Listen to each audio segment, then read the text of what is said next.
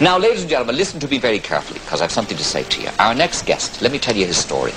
On December the 13th, 1973, he was 27 years of age and a motor racing fanatic. And on that day, December 13th, 1973, he was on his way to work, wasn't he? Because as well as being a motor racing enthusiast, he had his own motor racing magazine. And he was going to work, and he drove off his normal route to a volcano in central France on his way to work. There he met, listen to me closely now, there he met some extraterrestrials in their spaceship on the side of the volcano. It's only a small volcano. And they told him that they had created humankind in laboratories, and they asked him to spread the word throughout the world about them.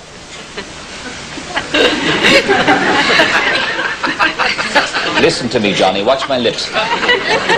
And they asked him to build an embassy on neutral territory so that they could come and visit the Earth, the people they had created, in peace. Now, in 1975, he met with the ETs again in a south-central region of France, and they took him with them to their planet, which is God knows how many light years away. I don't know how far it is. Now, he says that if even 5% of the people around the world who claim to have seen UFOs are sincere, then it's worth taking seriously. Let's have a welcome, please, for Claude Raëlian. This story is...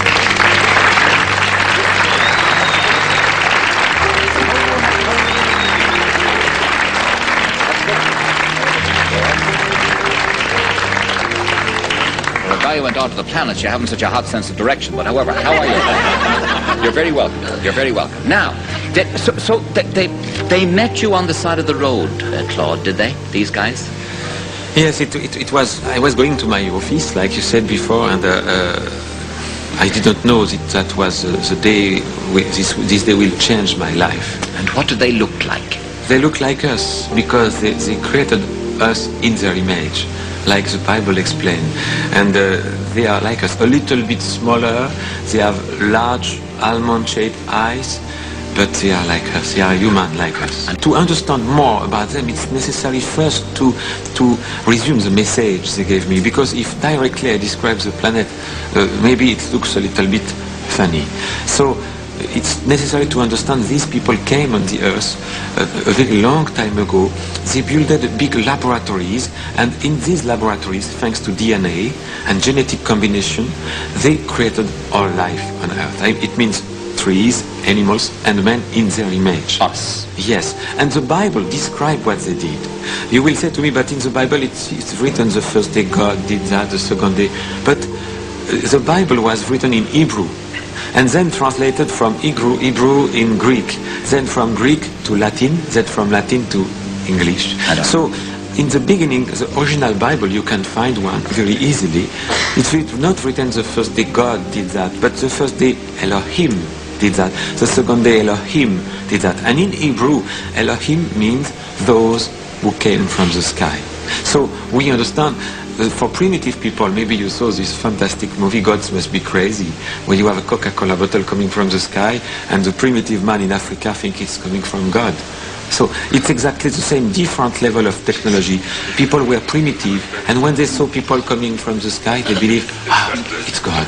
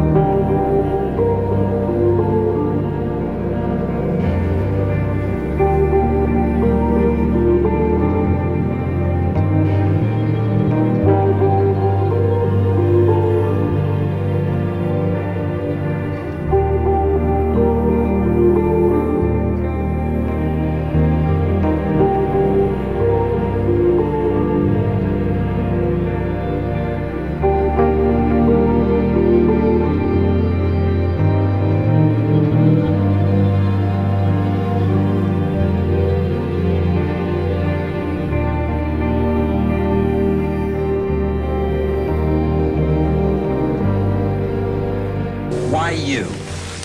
Why did they pick you?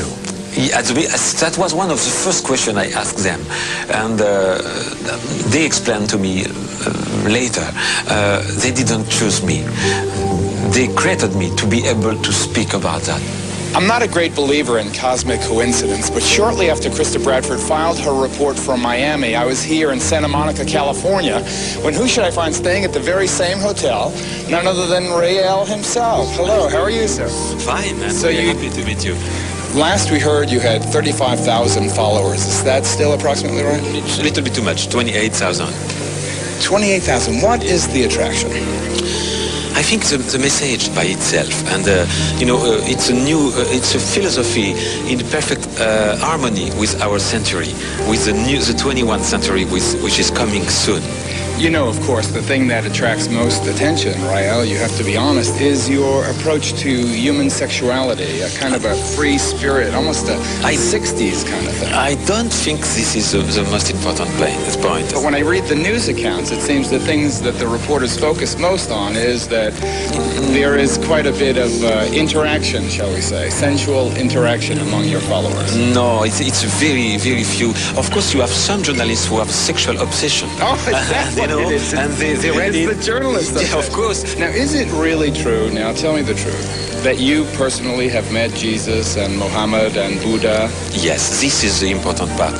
These people... But you've seen them with your own eyes? Of course, and I was speaking to them like I speak to you now. And we will build this embassy, and they will come back to the earth. How tall was Jesus? Oh, smaller than you. How about Muhammad? Muhammad also smaller than you. I believe in the First Amendment in the United States. I believe that people should believe whatever they want to. I really think that that's what we need in this country. Freedom. Freedom, right. But when people are offended, when people are hurt by something, then I think freedom has to be curtailed. You know, freedom has to be withdrawn a bit. If something... Here, meet somebody here. Come in. This is Rachel Bernstein. Rachel Bernstein is a cult expert for something called the Jewish Federation. Now, Rachel, why don't you explain to Raël why this is offensive? Well, of course, as you know, the swastika conjures up images of the Holocaust, and it brings back memories for many Jewish people, many Jewish survivors, of a time of pain and a time of a terrible tragedy. And that's something we can't separate from the symbol. This symbol, you can find it in the Tibetan Book of Dead, and it's a symbol of peace, of freedom, and a cycle in time. 50 years ago, you know. Yeah, I know. And 50 years ago is the modern era. A symbol with the Jewish star, with the swastika in the middle, would be similar to going in front of a church and having a cross with the skull and crossbones in the middle. Yes, but you know, we have to understand it's a peaceful symbol, and we have our movement in Israel, and we will build an embassy in Israel, and we support Israel. So I think there is nothing wrong with it.